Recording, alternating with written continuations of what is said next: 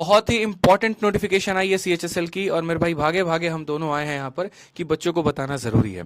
और शाम को ही प्रशांत सर मुझसे कह रहे थे ये बात कि आदित्य मेरा दिल कह रहा है अंदर से कि भाई जो है सीएचएसएल का नोटिफिकेशन डिले इसीलिए हुआ था क्योंकि कुछ बदलाव होने वाला है। मैंने कहा सर शुभ शुभ बोलो ठीक है, तो इन्होंने कहा देखो शुभ ही बोलूंगा, और देखो मैथ्स के लिए बहुत शुभ हुआ है ठीक है सारे सब्जेक्ट के लिए शुभ है। सारे सब्जेक्ट के लिए देखो अच्छी। इनफैक्ट मैं तो मानता हूँ कि जो हमारे स्टूडेंट्स हैं ना उनके लिए शुभ है, क्योंकि जो टीयर 3 एक ऐसा मतलब जो डिस्क्रिप्टिव पेपर था ऐसा था जो बहुत अच्छा लिखो तो भी खराब नंबर, तो वो हट गया, सबसे बड़ी वो हट गया।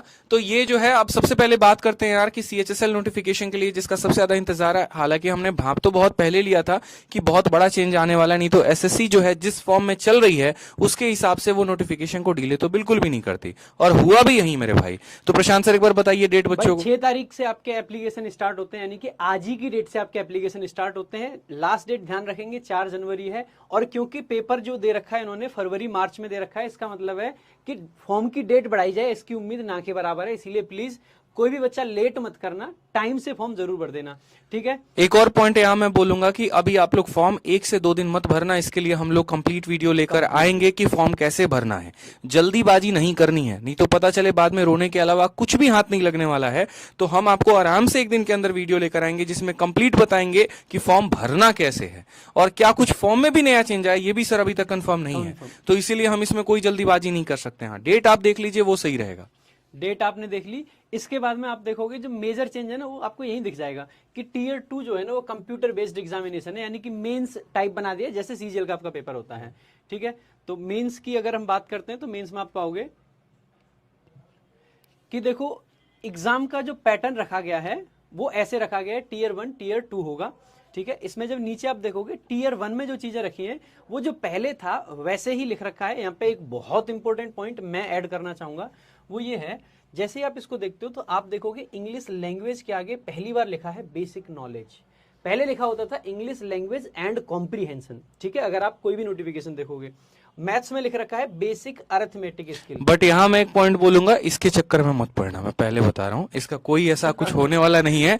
वो शुरू से लिखा आता था बट इसका कोई फायदा नहीं मिलेगा मेरे भाई। एमटीएस भी तो बेसिक है ना, लेकिन सर देखते हो ना सीजीएल में से भी तगड़े सवाल एमटीएस में पूछे जाते हैं, ये कह सकते हैं। ठीक है, प्री में ना अब की बार भी देखा गया काफी, जब हमने रिव्यू लिया तो थोड़ा एडवांस कम कर रहे थे, लेकिन मेंस में एडवांस ज्यादा आएगा, इसका ये मतलब है, ठीक है। लेकिन फिर भी धीरे धीरे एसएससी अपने लाइन पर आ जाएगी, तो इस चीज को सीरियस नहीं लेना, ये आपके लिए लाइन नहीं है, मैं बोल के चल रहा हूँ।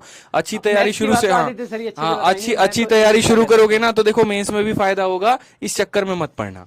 इसके बाद जो बात करते हैं वो सबसे इंपॉर्टेंट मेंस का पैटर्न है, बहुत ही खतरनाक, मतलब सिंपल अगर हम बात करें तो सेम पैटर्न है जो आपके सीजीएल में हुआ है। सीजीएल में भी आपका सेम तरीके से सेक्शन 1 है, सेक्शन 2 है और सेक्शन 3 है, जहां पर सीजीएल में आपके वहीं 1 घंटे का पेपर हो रहा था जिसमें मैथ्स के 30 सवाल और रीजनिंग के 30 सवाल और 3-3 नंबर के, यानी 180 नंबर का पेपर, ठीक है। फिर ये सेक्शन के तुरंत खत्म होने के बाद आपका ये वाला सेक्शन आ जाता है सीजीएल में, लेकिन सीजीएल में आपको यहाँ 45 क्वेश्चन और 25 क्वेश्चन यानी 70 क्वेश्चन मिलते हैं। इनमें इन्होंने की हाला 5-5 मिनट कम कर दिया है और समय उतना ही दिया है जितना सीजीएल में देते हैं। ये थोड़ा सा यहाँ बच्चों को फायदा हो गया है। और उसके बाद कंप्यूटर का सर, कंप्यूटर के 20 क्वेश्चन थे सीजीएल में, यहाँ पे 15 कर दिए गए। यहाँ पे ये ध्यान देना कि देखो 40 क्वेश्चन है इंग्लिश के और 20 क्वेश्चन है जीएस के, उसके लिए आपके पास में 1 घंटा है, पॉसिबिलिटी रहेगी। नीचे लिख भी रखा है जब सिलेबस आप पढ़ोगे डिटेल में कि कॉम्प्रीहेंशन का पार्ट अब की बार फिर से अच्छा पूछा जाएगा। कॉम्प्रीहेंशन पे आज से और अभी से लग जाइए, चाहे आप सीजीएल वाले हैं चाहे आप सीएचएसएल वाले हैं, क्योंकि ये टाइम इतना दिया गया है ना, ये इसीलिए दिया गया है।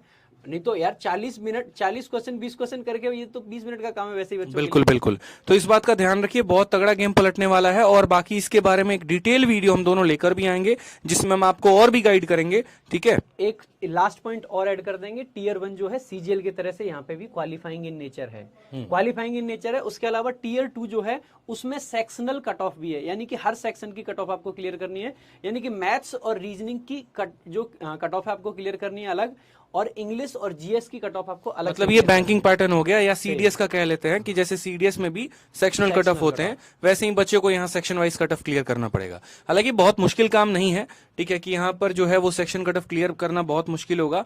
लगभग बच्चे क्वालिफाई कर पाएंगे, लेकिन इससे ये भी बताता है ना कि आपको हर सब्जेक्ट पर फोकस करना है। जो आप ये सोचते हैं कि 2 सब्जेक्ट पे अगर अपना महारती हासिल कर लिए और बाकी को थोड़ा कम लेकर आ जाएंगे, तो वैसे तो होने वाला नहीं है मेरे भाई, पहले ही छाड़ दिया जाओगे। बाकी सारी चीजें सीजीएल वाली हैं। टाइपिंग उसी दिन होगी, कंप्यूटर का पेपर भी होगा, डीवी डिपार्टमेंट लेगा, यानी कि रिजल्ट के बाद होगा, यानी कि आपको सिर्फ 2 दिन जाना है, एक दिन प्री वाले दिन और एक बार मेंस वाले दिन। उसी दिन आपका सब कुछ कंप्लीट प्रोसेस है। बाकी एक डिटेल्ड वीडियो, एक एक चीज कैसे बहुत जल्दी लेकर आएंगे। और दूसरी बात ये, मेरे तरफ से अगर आप मुझसे पूछेंगे सर कैसा डिसीजन है, तो मैं बोलूंगा कि अच्छा ही हुआ। कारण बताते हैं क्या है कि जितने बच्चे यहाँ पर सीजीएल की तैयारी करते हैं, लगभग वो सारे सर सीएचएसएल का फॉर्म भरते ही हैं, तो उनके लिए बड़ा हेक्टिक सा हो जाता है कि इसके लिए अलग से तैयारी करो, उसके लिए अलग से तैयारी करो। जब आप सीजीएल के लिए फॉर्म भर ही रहे हो और जब आपका पैटर्न सीजीएल के लिए वही है, तो सीएचएसएल के लिए भी मुझे लगता है कि अगर ऐसा हो गया तो बहुत ज्यादा अनकंट्रोलेबल सिचुएशन नहीं है, और हम कंफर्टेबल भी आप इसमें नहीं हो सकते। सही है। बाकी एक बार आप अपनी राय जरूर बताना कि आपके और क्या क्या डाउट्स हैं, ताकि जब हम फॉर्म वाली वीडियो लेकर आए तो आपके डाउट्स को हम क्लियर अप कर पाए। तो अपने डाउट्स को कमेंट बॉक्स में जरूर बताओ, क्या डाउट्स हैं आपके, ताकि हम उसको क्लियर कर सके सर। ठीक है, चलिए, तो वीडियो पसंद आई तो लाइक करिएगा, चैनल को सब्सक्राइब करिएगा। धन्यवाद।